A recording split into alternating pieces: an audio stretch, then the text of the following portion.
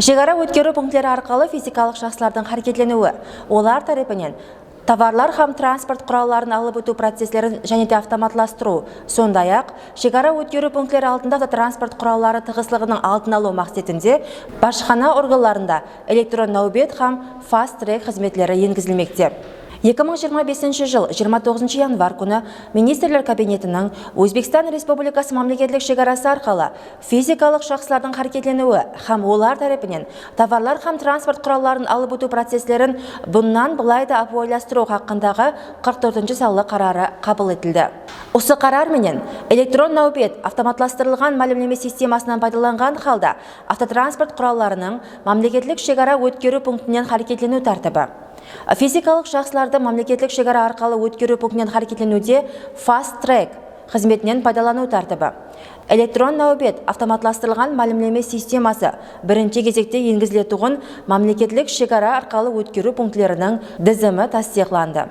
Башқарма сервис мемлекеттік мекемесі электрон нәубет мәлімдеме системасының операторы етіп белгіленді. Сондай-ақ құжетте электрон нәубет системасы енгізілетұғын автомобиль тұру орны һәм башқарма терминалларына талаплар да көрсетілген.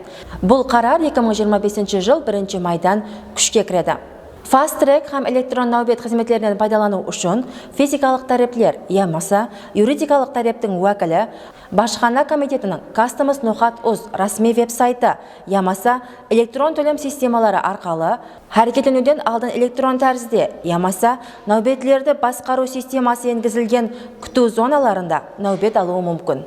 Автотранспорт құралы нәубетлерді басқару системасында белгіленген уақытта жетіп келмегенде алынған электрон нәубет өз күшін жоғалтады. Электрон нәубет һәм фаст-трек қызметлері осы жылдың 1 майынан басылап, бірінші кезекте Дауыт Ата, Дослық, Алат, Сырдария, Айратом, Сарыосио, Яллама, Нажимов, Науаи, Қышкөприк, Айбек, Өзбекстан шекара башқарма постларында енгізіледі. Қызметтен пайдаланушы шақсылар һәм олардың қол жүгі һәмде багажлары осы қызмет үшін ажыратылған өз алдына орынларда мемлекеттік қадағалау ұйымдары тарапынан нәубеттен тыс әмелге асырылады. Осы қызметтен пайдаланып отырған физикалық шақсылардың нәубеті бұған кірмейді.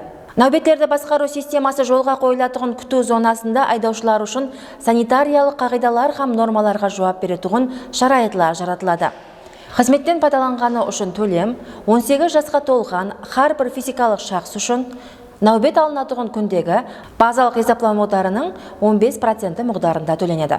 Қызметтен пайдаланушы шақсыларменен бірге харекетленіп отырған 18 жасқа толмаған шақсылар, сондай-ақ бақылаушысыз харекетлене алмайтұғын, ақылы зайып, ямаса физикалық имканияты шекленген майыплығы бар шақсылар осы қызметтен бейпул тикарда пайдалану имканиятына ие.